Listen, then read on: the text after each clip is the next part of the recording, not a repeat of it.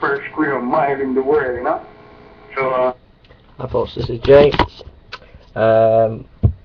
Someone told me that Atheist Experience was on, so I just thought I'd go and have a listen. I've just tried to phone them.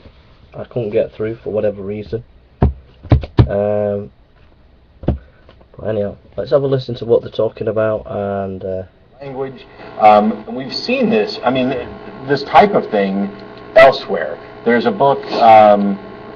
I think it's Popular Delusions and the Extraordinary Madness of Crowds, or something like that. It's from 1800 and 1890s, I think. Yeah. That talks about not just tongues, but other things. You know, in other religions, when people are dancing around the fire and they start either babbling incoherently or they start doing things in unison. There's a lot about our brain that we don't understand, and in much the same way that maybe some people end up with nervous tics in some situation and conditions like Tourette's and glossolalia.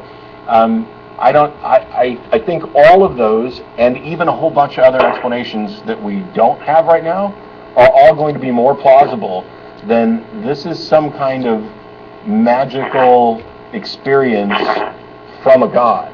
And part of it is also, what purpose could this possibly serve for people to? They don't know what they're saying.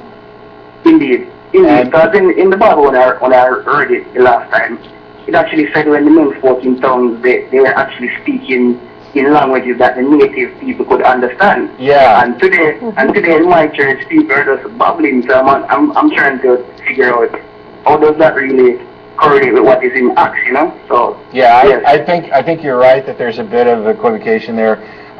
You know, the passage in Acts, which I can't remember off the top of my head either, was definitely about God giving them the ability to speak languages that they didn't know in order to communicate the gospel to people. That's very different. I don't know enough about speaking in tongues to really cite when it first was popularized or why, but I'm pretty convinced that it's a relatively recent concoction. Yeah. Oh, okay. But it's not a traditional Christian practice then? Yeah, I don't know for sure. So. I don't know of any evidence that would say it was, but even if it was, even if, you know, for the entire history of the church, which stupid. I think is kind of absurd because Catholics don't tend to speak in tongues, and you know, they've got the older church.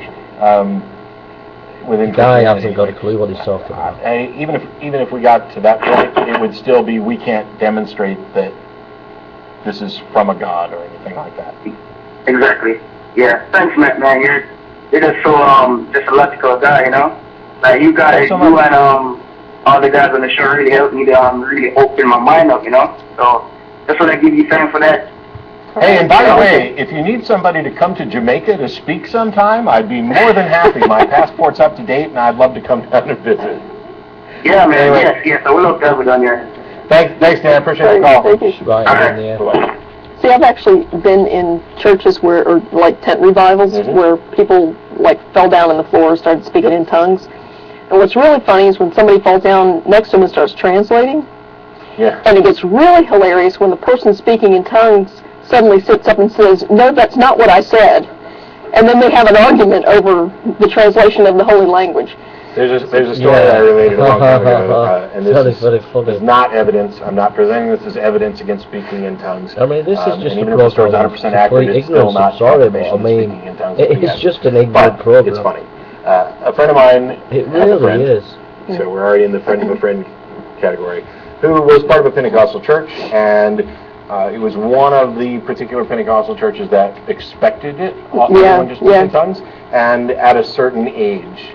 And so he was at the age where he was expected, and so he's up on stage standing next to the pastor along with a bunch of other young people who are all going to be getting the gift of speaking in tongues. And he's standing there and has no idea what to do, and kind of looks at the pastor, and the pastor leans over and just says, "Just fake it, we all do." Now that's obviously not confirmation that everybody fakes it, but if the story is true, and I think it is, because I've met Pentecostal preachers. We'll have to, next time Jerry's on, we'll talk a little bit more about speaking in tongues. Yeah, that'd be cool. But Parth in Chicago, Illinois, how are you? Hello. Hi. Hello. Hi. Hi, Matt. Hi, Jan. How are you guys? Good. Thanks for calling. Good. Yeah. Okay. So I'm gonna go straight to the question here. I am basically originally from India, right? And I am here in Chicago doing my graduate studies in computer science from University of Illinois, Chicago. And my question is this, okay? I have been an atheist for a very long time now, right? And my atheism, hello? Yes, you're still here. Yeah, okay. So my atheism was tolerated in India. Nobody minds, you know, everybody's cool with it. I have friends who are Catholics, I have friends who are Muslim, I have friends who are Hindus, whatever, you know. But the funny thing is, you know, when I came to the US, okay, I was under the impression that, you know, this being the most advanced nation on earth, right, with a fantastic education system and, you know, everybody is highly educated and whatnot, I was in for the surprise of my life where, you know, we have more fundamentalists in the US than anywhere else. I mean, yeah. Your travel agent sold you I don't understand why this is. I mean, it's all over the US. I was, for example, I went to Seattle for my internship, and you know, we have jobs like look at that. Right there, look at that. Stuff like that. Even kicked off. I've been kicked off. The Atheist Experience show. You've been kicked off for sending too many messages per minute. I'm gonna go to hell because I'm a Hindu. How democratic is that? I was just telling them how stupid I thought the show was. Response. No, I'm going to hell because I'm an atheist. And they've just cut me off. Right, but real intellectuals, aren't they? Understand why this is. Real intellectuals. Look, there's the evidence. But I was expecting something very, very different, and I was shocked. Yeah, well, there are actually, I guess, two schools of thought, at least, about why the U.S. is still so religious compared to other welcome to industrialized. Welcome to the new communists, folks. I mean, they talk about no freedom of speech there. Completely cut off, and I only made a few comments about I just thought the show was stupid. No one said any arguments, no one wanted to engage in any arguments. I mean, there we are, Jason kicked off the Atheist Experience show. Just shows you how anti-democratic these atheists are. What do you think it?